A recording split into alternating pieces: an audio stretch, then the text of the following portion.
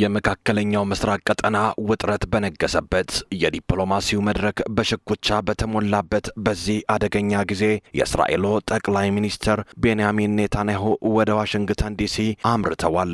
ቤንያሚን ኔታንያሁ በዋሽንግተን ዲሲ የመገኘታቸው ምክንያት የቅርብ አጋራቸው የነበሩትን የሴናተር ሊንዚ ግራምን የቀብር ስነ ስርዓት ለማሰብ የተደረገ ቢሆንም ከጀርባው ግን ጥልቅ ፖለቲካዊና ስትራቴጂካዊ ፍላጎቶችን አዝሏል።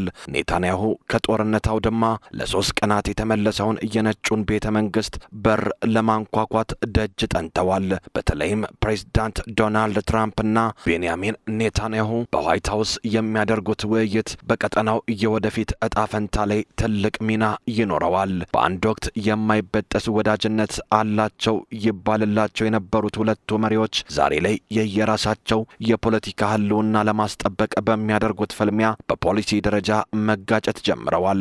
አሜሪካና እስራኤል በቴህራን ጥቃት ከሰነዘሩበት የካቲት ወር ወዲህ ሁለቱ መሪዎች በአካል ሲገናኙ ያውኑ የመጀመሪያቸው ነው። ነገር ግን ከነጩ ቤተ መንግስት በሮች ጀርባ ያለው እውነታ እንደቀደመው ጊዜ አልጋ ባልጋ አይደለም። የመጀመሪያውና ዋናው የልዩነት ነጥብ የኢራን ጉዳይ ነው። ኔታንያሁ አሁንም በቴህራን ላይ የመንግስት ለውጥ የመፍጠር ፍላጎታቸውን ይዘው የትራምፕን በር ቢያንኳኩም በትራምፕ በኩል ግን ለረጅምና አያሌ ወጪ ለሚጠይቅ ጦርነት ፍላጎት የለም። ለትራምፕ በአገር ውስጥ ተወዳጅነት ያጣውን ይህንን ጦርነት ማራዘም የፖለቲካ ኪሳራ ነው።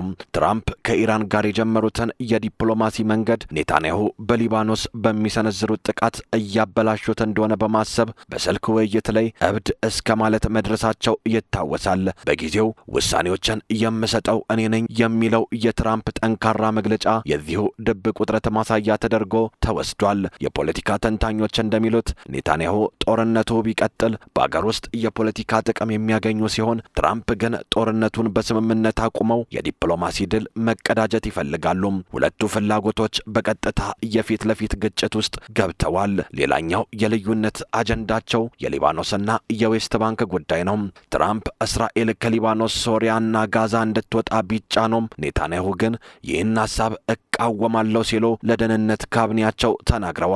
በሌላ በኩል በመጪው ጥቅምት ወር በሚካሄደው የእስራኤል ምርጫ የመንግስታቸውን ወንበር ለማስጠበቅ ሲሉ ኔታንያሁ በዌስት ባንክ የሰፈራ ፈጣሪዎችን ጥቃት አይተው እንዳላዩ አልፈዋል። ይህ ሁኔታ ቀጠናውን ወደ አዲስ የደም መፍሰስ እንዳያመራው የሰጉ ከ600 በላይ የቀድሞ የእስራኤል የጦር አዛዥ ጀነራሎችና የሞሳድ መሪዎች ለትራምፕ ደብዳቤ ጽፈዋል።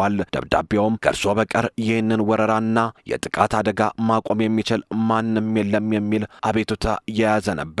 በሁለቱ መሪዎች መካከል ሌላው ድብቅ እሳት አሜሪካ ለቱርክ F-35 ተዋጊ አውሮፕላኖችን ለመሸጥ ማሰቧ ነው። ኔታንያሁ ይህ የመካከለኛው ምስራቅ የእስራኤል የአየር የበላይነትን ያበላሻል ሲሉ ተቃውመዋል።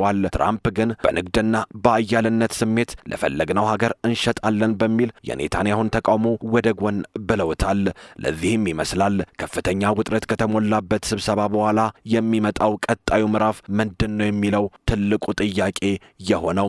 የፖለቲካ ተንታኞች እንደሚሉት ይህ ስብሰባ ለሁለቱም መሪዎች እጅግ ወሳኝ ነው። ኔታንያሁ በሀገራቸው በህዝባቸው ዘንድ ያለውን ተቀባይነት ለማንሰራራት የትራምፕን ድጋፍ እንደ ኦክስጅን ይፈልጉታል። ትራምፕ በበኩላቸው የመካከለኛው ምስራቅ ውጥረት ሳይባባስ የራሳቸውን የዲፕሎማሲ ፍላጎት ማስከበር ይሻሉ። ስብሰባው በሁለቱ ሀገራት መካከል ያለውን ወታደራዊ ህብረት የሚያጠናክር ይሆናል ወይስ የፖሊሲ ልዩነታቸውን ይበልጥ አጉልቶ አደባባይ ይወጣል የሚለው ነጥብ በመጪዎቹ ቀናት የሚታይ ይሆናል። ዲፕሎማሲ የጥቅም ስሌት እንጂ የዘላቂ ወዳጅነት ዋስትና አይደለም። ኔታንያሁ ወደ ኢየሩሳሌም የሚመለሱት የአሜሪካን ሙሉ ድጋፍ አግኝተው ነው ወይስ በትራምፕ የተቆረጠባቸውን የፖለቲካ ቀይ መስመር ተሸክመው የሚለው በሚመጡት ቀናት የሚወሰዱ ወታደራዊ እርምጃዎች የሚመልሱት ይሆናል። የዋይት ሃውስ ውይይቶች ውጤት ይፋ ባይደረግም ከስብሰባው በኋላ የሚወሰዱት ወታደራዊና ዲፕሎማሲያዊ እርምጃዎች ግን የመካከለኛው ምስራቅን የወደፊት ቅርጽ የሚወስን ይሆናል።